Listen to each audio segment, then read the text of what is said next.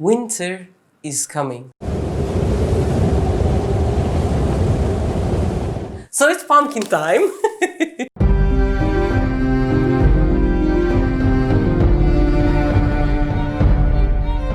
And we have this beautiful Turkish pumpkins here. In different parts of the world, there are different kinds of pumpkins or butternut squash, and this recipe you can do with all of them. In Turkey, we have these kind of pumpkins, and like all my childhood, there was just one recipe. And I'm going to show you how to make that recipe. It's just one straight pumpkin with a bit of walnuts and in some parts of the world, some tahini on top, and it's eaten that way and it's really good. But what I'm going to do is I'm going to show you how that recipe is made, which is very simple. And I'm going to take that recipe and turn it into a pie and add a bit of crunchier walnuts with a Refika twist and some cream and a bit of touch of mint on top, and in every spoon it's amazing. It's amazing. It's amazing. It's this amazing thing. So today you're going to be able to see what the classic recipe is, then how I turn it into something else. And there are leftovers you're going to see, and we're going to even make a soup out of this. If you're ready, we can start.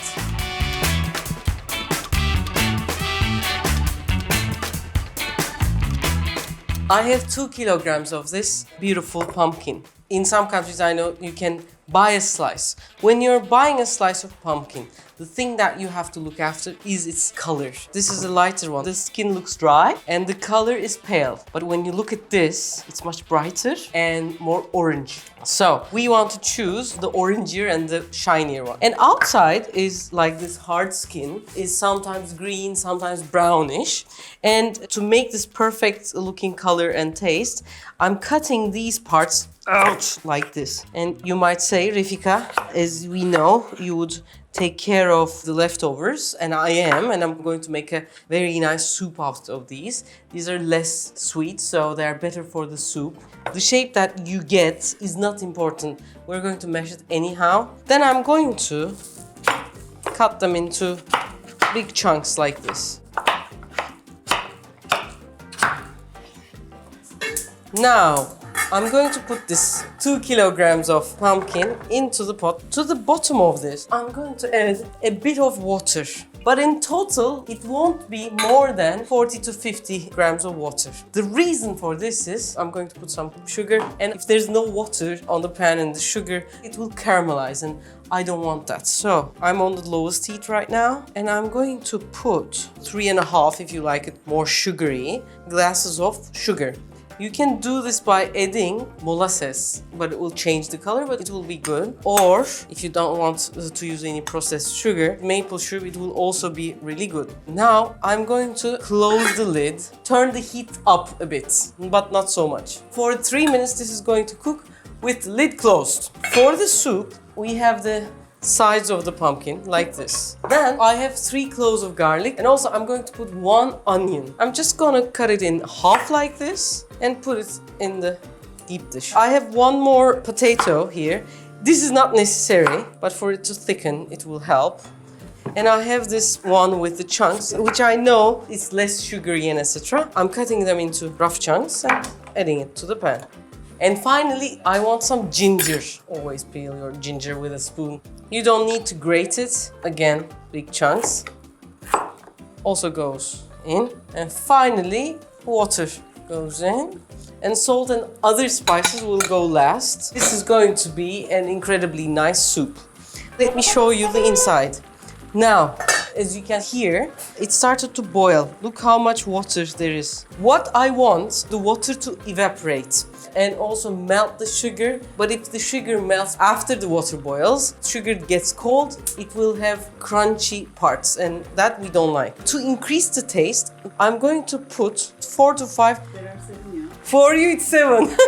The cloves, as you can see, it's like a flower. I'm taking the top parts like this. This is the hard part, which is hard to chew. But this is easily spreadable, and the taste is actually around here. Like the vanilla pots kind of thing. The bottoms, I'm just like putting them directly. The lid was totally closed then. Now I'm going to put it like this. Does it have to be a copper pan? All kinds of pans would do. But this is boiling too much, guys, so I'm going to decrease it a bit like this. After 10 minutes later, I'm going to take the lid off. So this is going to cook for about 30 minutes. When all the sugar melts, take the lid off and let it cook like that.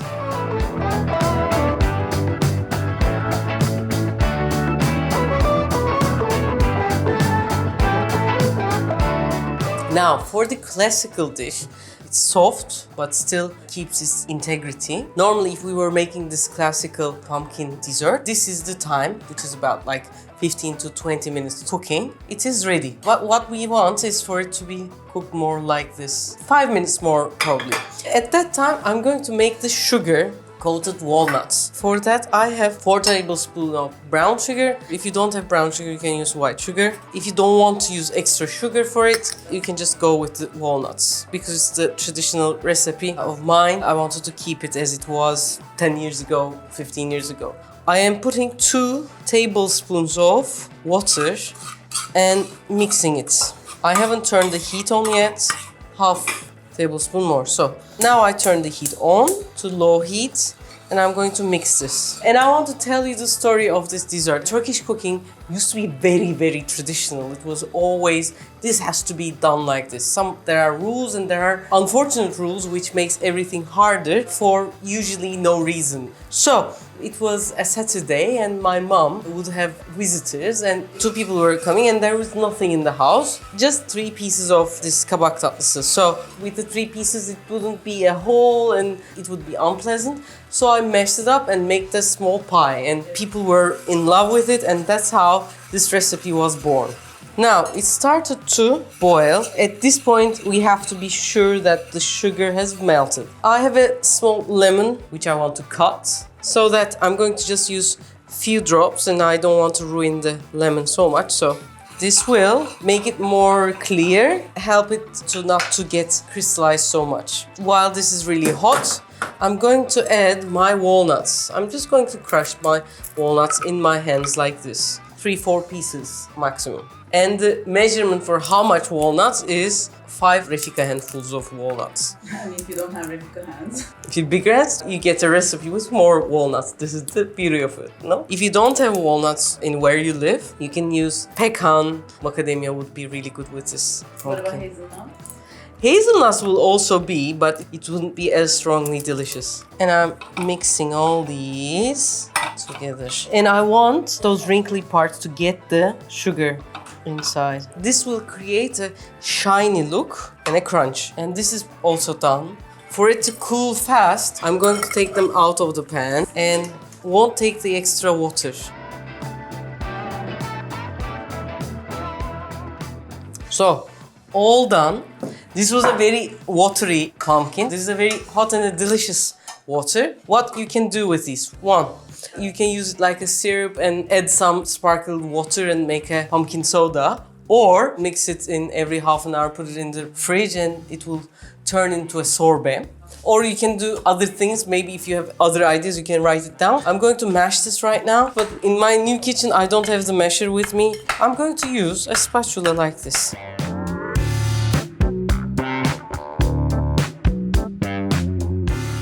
I've mashed the pumpkin in about a minute and it's really getting smooth, but it's still too hot to work on. So what I'm going to do, I'm going to take this outside to the garden. It will cool faster and I'm going to have a tea break. Now, our dessert is almost ready. We have the pumpkin side and then the crunchiness, and we have the milky side. For that, I have 35% milk fat of cream. In the world, there are different types. So I have about 100 grams of cream, and I'm going to whisk it so that it grows and it becomes a little thicker. Why am I using the machine? Because I still don't have the bowl hand mixer. Now, I'm not going to make it like the egg yolk. You know, when you turn it, it will still stay stiff. But it's rather something like this. And the reason is I want the milkiness to sometimes get more involved with the pumpkin rather than like stay separate and stiff. Everything is ready. Now it's time to make it into one piece. Now, I have the serving plate. This has to be the plate that you're going to serve in. And I have this round shaped ring. If you don't have anything like this, you can just put it and make it into a square. The first time I made it that way. Or you can use a tin foil, make it into shape of a round thing. Now I'm going to put my mixture in the middle.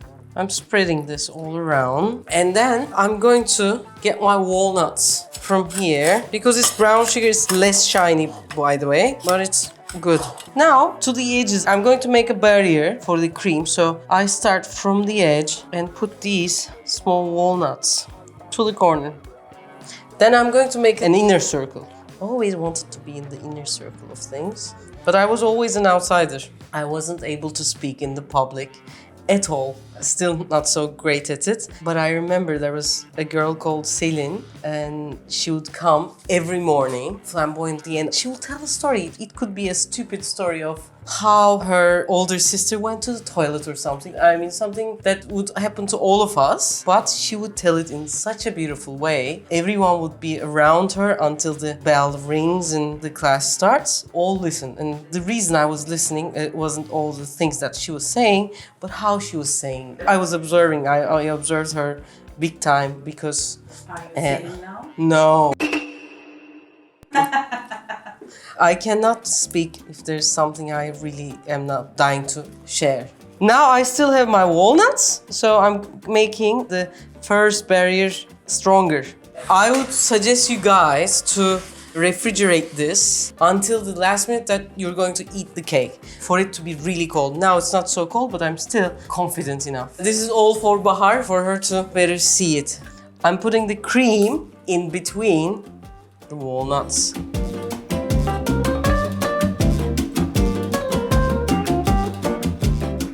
If you have extra cream left, you can put it near the serving. It's almost done. The final two things is one thing when the pumpkin is involved called nutmeg should be there. So a bit of nutmeg everywhere, even the outside, because it makes this black slate look better. And last but not least, the mints. These are the baby mints. Each leaf is going to go somewhere. I don't want to make it with an order. Especially in America, the pumpkin comes with a lot of spices. But its own original taste is very good. So I want to take that just with a bit of nutmeg and just a bit of cloves. It's very good. Now you have this cake which looks like it's done outside, but it's so simple. In half an hour, it's ready and it's very tasty. Now there's no elegant way of eating this and I don't have my triangle spatula yet to take it off. So I'm gonna try to do it with this one or just get in with a spoon. Now, something like that.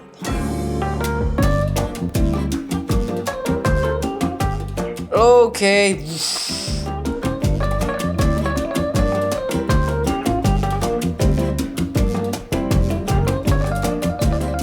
So here this goes to the plate.